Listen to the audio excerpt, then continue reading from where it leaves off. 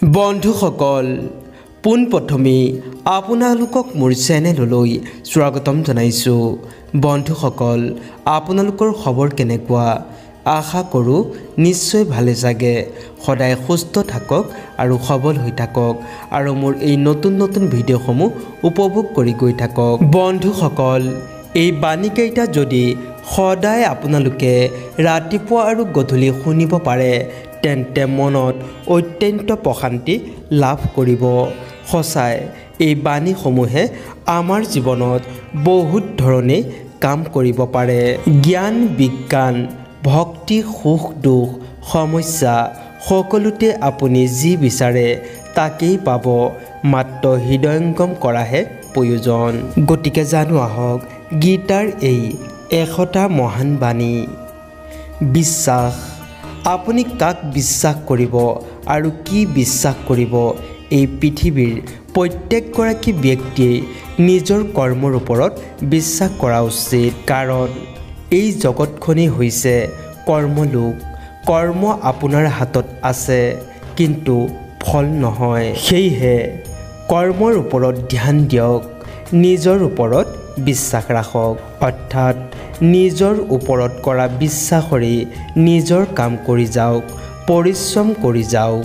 মানুহ কেতিয়া দুখত থাকে বা দুখী হয়, প্ৰত্যেক সময়তে নিজৰ কামনা আৰু ইচ্ছা পূৰণৰ চিন্তাত ডুবি থকাটোৱেই হৈছে মানুহৰ দুখৰ কাৰণ। যদি মানুহে এই কামনা আৰু ইচ্ছাৰ পৰা মুক্ত হৈ কেৱল নিজৰ কৰ্তব্য পালন কৰি যায় তেতিয়াহে মানুহে সুখত থাকিব পাৰিব, সুখী হ'ব। সদায় এইটো বিশ্বাস কৰিব লাগে যে যি হৈছে ভালৰ কাৰণেই হৈছে, যি হৈ আছে সেয়াও ভালৰ কাৰণেই হৈছে আৰু যি হ'বলগীয়া আছে সেয়াও ভালেই হ'ব। জীৱনৰ আনন্দ কেতিয়াও অতীতত পোৱা নাযায়, জীৱনৰ আনন্দ কেতিয়াও ভৱিষ্যতত পোৱা নাযায়। জীৱনৰ আনন্দ কেৱল আজিক লৈ অৰ্থাৎ বৰ্তমানক লৈ জীয়াই থকাতহে পোৱা যায়। যদি কোনো ব্যক্তিয়ে নিজৰ বিশ্বাসেৰে যি ইচ্ছা কৰে তেন্তে তেওঁ সেয়া পাব পাৰে বা হ'ব পাৰে। অভ্যাস। অভ্যাস এনেকুৱা এটা বস্তু যাৰ দ্বাৰা পৃথিৱীৰ সকলো বস্তুকেই নিয়ন্ত্ৰণ কৰিব পাৰি। ধৰ্ম। সঁচা ধৰ্মটো এয়াই যে ব্যক্তিয়ে যি কথা বা ব্যৱহাৰ নিজৰ বাবে ভাল বুলি নাভাবে তাক আনৰ ক্ষেত্ৰতো প্ৰয়োগ কৰিব নালাগে। যিকোনো ব্যক্তি নিজৰ বিশ্বাসেৰে নিৰ্মিত হয়, তেওঁ যেনেকৈ বিশ্বাস কৰে তেনেকৈ নিৰ্মিত হয়। পৰমাত্মাৰ বাবে সকলো প্ৰাণী সমান, কোনো কম বা বেছি নহয়, কিন্তু যিয়ে তেওঁক সম্পূৰ্ণ শুদ্ধ অন্তৰেৰে ভক্তি কৰে প্ৰয়োজনীয়তাত তেওঁলোকৰ ওচৰত পৰমাত্মা সদায় বিৰাজমান হৈ থাকে। যি ব্যক্তিয়ে ফলৰ ইচ্ছা ত্যাগ কৰি কেৱল মাত্ৰ কৰ্মৰ ওপৰত ধ্যান দিয়ে সেই ব্যক্তি জীৱনত সফল হ'বই। এই পৃথিৱীত কোনো ব্যক্তি জন্মতেই মহান নহয়, তেওঁৰ কৰ্মহে তেওঁক মহান কৰে। আপোন পৰ সৰু ডাঙৰ এই সকলো পাহৰি এইটো বুজিবলৈ চেষ্টা কৰক যে এই সকলো আপোনাৰ আৰু আপুনি এই সকলোৰে বাবে। সেয়েহে সকলোকে শ্ৰদ্ধা কৰক, ভক্তি কৰক, মৰম কৰক আৰু সকলোৰে মংগল কামনা কৰক। সন্দেহ কৰা সকলৰ বাবে সুখ কেৱল এই পৃথিৱীতেই নহয়, ক'তোৱেই নাই। সেয়েহে যি কৰি আছে তাকেই বিশ্বাস কৰক, নাইবা আপুনি যি বিশ্বাস কৰে সেয়াই কৰক। যিয়ে মনটোক বশ কৰিব নোৱাৰে বা নকৰে তেওঁৰ বাবে মনটোৱে শত্ৰুৰ দৰে কাম কৰে। নিজৰ প্ৰয়োজনীয় কামবোৰ সম্পূৰ্ণ কৰক। বাস্তৱত একো নকৰাতকৈ কিবা এটা কৰাই থকাটোৱেই শ্ৰেষ্ঠ। বাসনা, ক্ৰোধ বা খং আৰু লালসা এই তিনিটা নৰকৰ দুৱাৰ। নেৰানেপেৰাকৈ চেষ্টা কৰিলে অশান্ত মনটোকো বশ কৰিব পৰা যায়। জন্মৰ বাবে যেনেকৈ মৃত্যু সত্য তেনেকৈ মৃত্যুৰ বাবে জন্মও সত্য। সেয়েহে যি সত্য তাক লৈ কেতিয়াও দুখ নকৰিব, তাক আঁকোৱালি লওক আৰু আগবাঢ়ক। বুদ্ধিমান ব্যক্তিয়ে কোনো লোভ লালসা নোহোৱাকৈ সমাজৰ কল্যাণৰ হকে কাম কৰা উচিত। যেতিয়া আপুনি আপোনাৰ কামত সুখ আনন্দ পাবলৈ আৰম্ভ কৰিব তেতিয়া আপুনি জানিব যে আপুনি পূৰ্ণতা পাইছে। সেইসকলে যিয়ে সকলো ইচ্ছা ত্যাগ কৰে, মই আৰু মোৰৰ লালসা ভাৱনাৰ পৰা মুক্ত হয়, তেওঁৱে শান্তি পায়।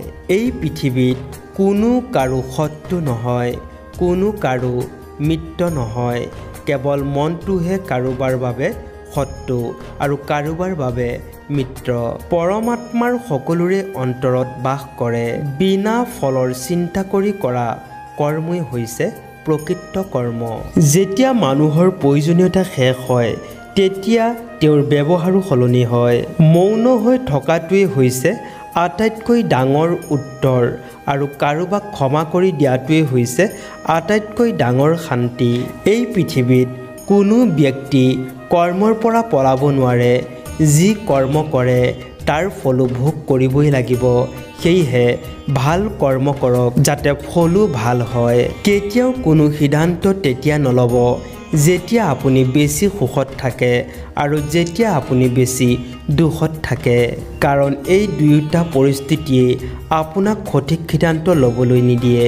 যি হ'বলগীয়া আছে সেয়া হ'বই আৰু যি হ'বলগীয়া নাই সেয়া কেতিয়াও নহয়। যি এই সত্য মানি চলে তেওঁক চিন্তাই কেতিয়াও আমনি নকৰে। যি ব্যক্তিৰ গাত ধৈৰ্য শক্তি থাকে সেই ব্যক্তিৰ লগত কোনেও তিষ্ঠিব নোৱাৰে।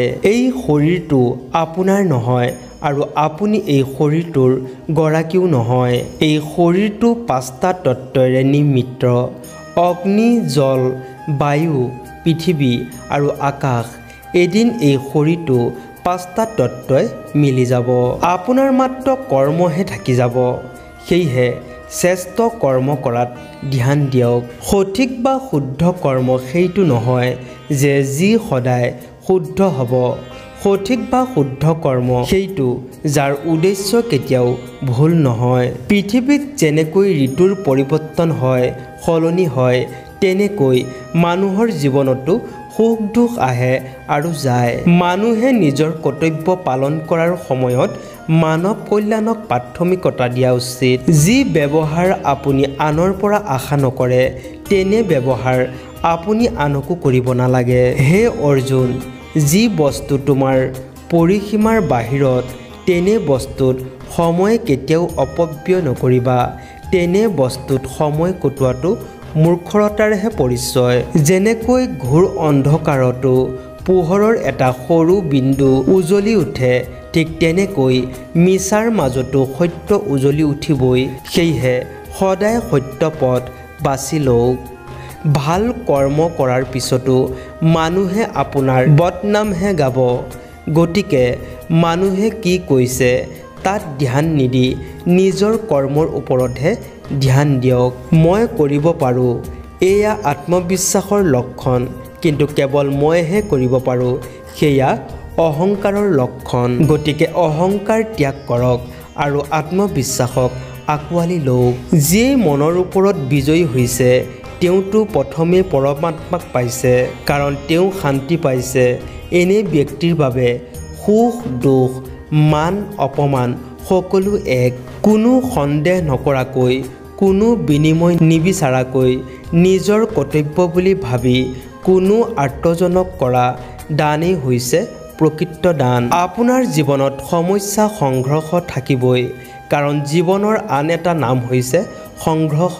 যিয়ে অধিক খাদ্য গ্ৰহণ কৰে বা কম খাদ্য গ্ৰহণ কৰে, যিয়ে অধিক বা কম শুৱে তেওঁ কেতিয়াও মহান হ'ব নোৱাৰে। সেয়েহে যিমান প্ৰয়োজন সিমানহে খাব লাগে, সিমানহে শুব লাগে আৰু কৰ্ম কৰি থাকক। যেনেকৈ অগ্নিয়ে সোণক উজ্বলায়, ঠিক তেনেকৈ প্ৰত্যাহ্বানে এগৰাকী সাহসী ব্যক্তিক উজ্বলায়। কৰ্ম এনেকুৱা এবিধ শস্য যাক আপুনি এবাৰলৈ হ'লেও চপাবই লাগিব।